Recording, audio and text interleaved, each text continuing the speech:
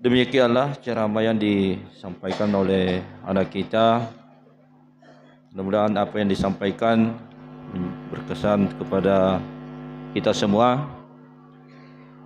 Selanjutnya, marilah kita dengarkan ceramah agama oleh Ustaz kita, yaitu Ustaz Dr. Haji Nikman Samad oleh Tiklan.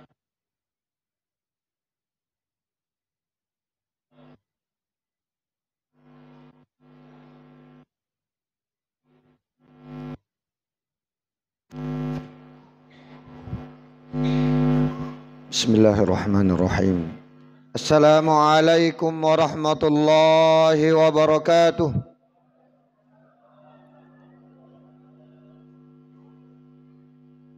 Alhamdulillahi rabbil alamin.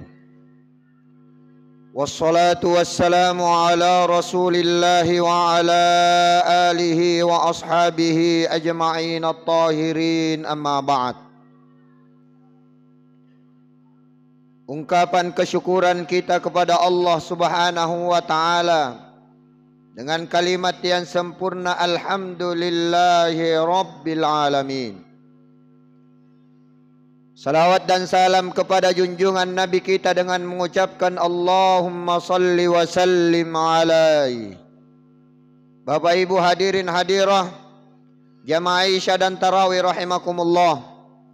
Sekedar melanjutkan ceramah anak kita tadi bahwa manusia adalah hamba yang the best, makhluk yang the best.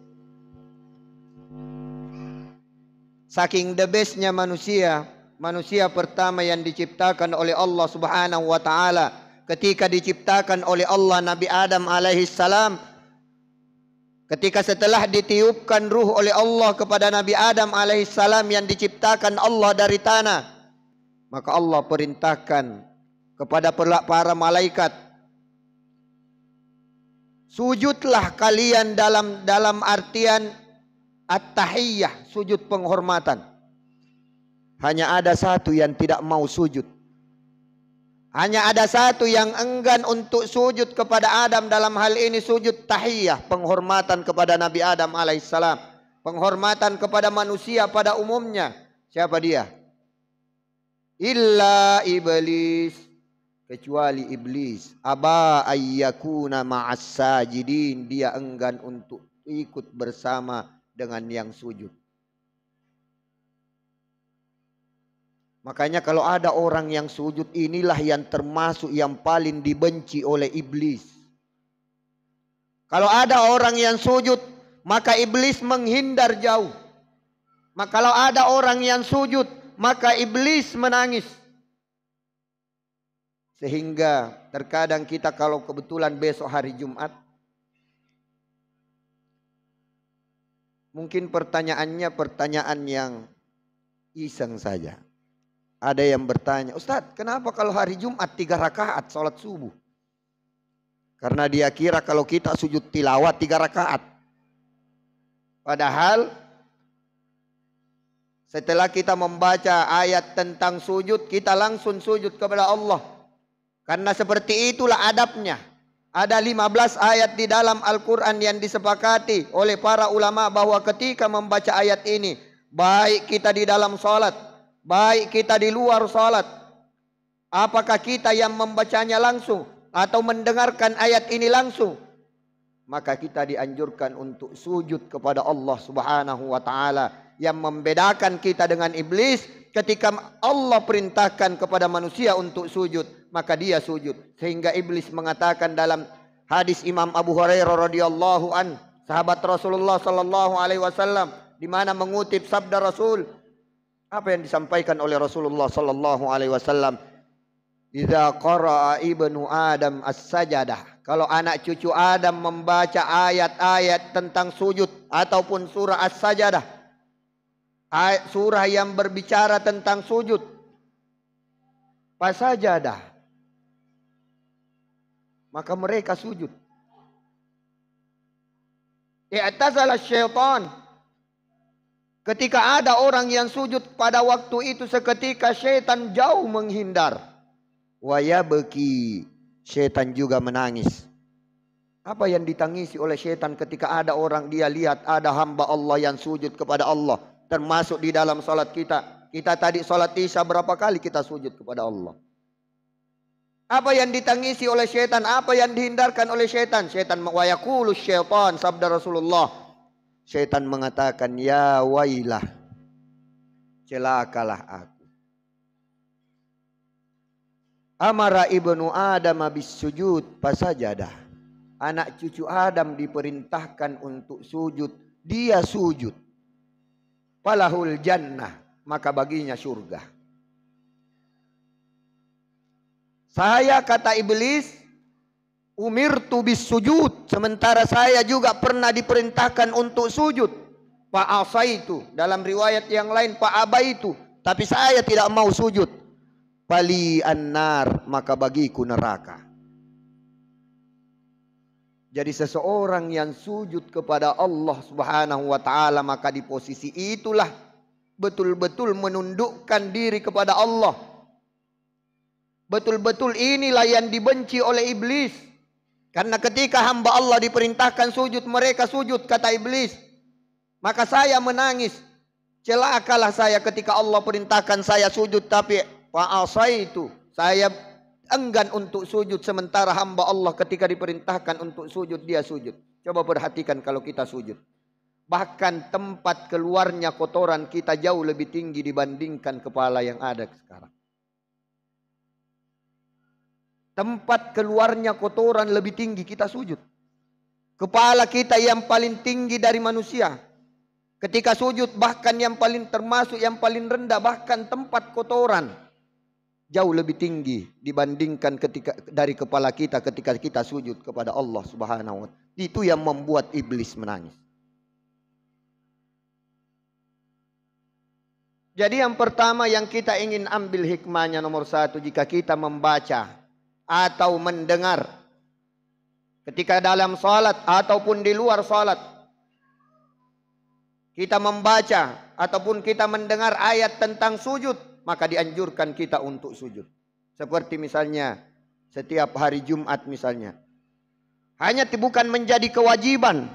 Surah Sajadah misalnya kita baca setiap Jumat, bukan menjadi kewajiban. Ini yang perlu kita garis bawahi. Ada satu tempat yang pernah saya datangi. Kebetulan saya dari jauh mampir di satu tempat. Sudah 5:30 belum sholat. Saya tanya, hari Jumat kenapa belum sholat? Pak Imam sakit, tidak ada yang hafal surah As-Sajdah, Ustaz. Masya Allah. Tidak salat gara-gara tidak ada yang hafal. Kalau tidak ada yang hafal, silahkan baca ayat yang lain. Jadi jangan menjadikan surah As-Sajdah atau sujud tilawah di hari Jumat itu sebagai kewajiban. Apakah pernah dicontohkan oleh Rasulullah Sallallahu Alaihi Wasallam sejak dia baca surah As-Sajdah? Beliau Rasulullah Sallallahu Alaihi Wasallam mencontohkan di salat subuhnya, beliau membaca di rakaat pertama surah As-Sajdah. Kemudian ketika sampai di ayat sujud, beliau sujud. Apa yang dibaca ketika sujud? Ini yang diriwayatkan oleh Aisyah radhiyallahu anha. Dari Aisyah radhiyallahu anha yang diriwayatkan oleh Imam Abu Daud. Sajada wajhiya lilladzi khalaqahu wa sawwarahu, dan seterusnya. Jadi boleh kita pakai karena yang diriwayatkan oleh Aisyah radhiyallahu anha, beliau mengatakan jika Rasulullah sallallahu alaihi wasallam sujud di malam hari sampai di ayat sujud, apa kata Aisyah yang dibaca oleh Rasulullah? Sajada wajhiya lilladzi khalaqahu wa sawwarahu wa syaqqa sam'ahu wa basarahu wa bihaulihi wa quwwati wa qudratihi. Lalu ada yang melanjutkan dari ulama, fatabarakallahu ahsanul khaliqin. Kalau tidak hafal, saya tidak hafal itu Ustaz. Subhana rabbiyal a'la, subhana rabbiyal a'la wa bihamdi. Kalau kita tidak hafal ketika kita ikut, tiba-tiba salat subuh hari Jumat, kadang orang yang belum pernah ruku, ada 2 orang bersebelahan, sama-sama ruku, saling sama-sama menoleh. Ini apa ini? Sampai dibawa dia tidak tahu. Ini kita baca apa? Kalau tidak hafal, subhana rabbiyal a'la, seperti umumnya kita sujud. Jadi ini memang pernah dicontohkan oleh Rasulullah sallallahu alaihi wasallam. Bapak Ibu hadirin hadirah yang insya Allah dirahmati Allah Subhanahu wa taala. Jadi sujud adalah pembeda antara manusia yang Allah ciptakan seperti yang disampaikan anak kita tadi, the best, makhluk yang paling baik. Laqad khalaqnal insana fi ahsani taqwim. Bahkan di ayat di juz 1 disampaikan wa id qala rabbuka lil malaika inni ja'ilun fil ardi khalifah.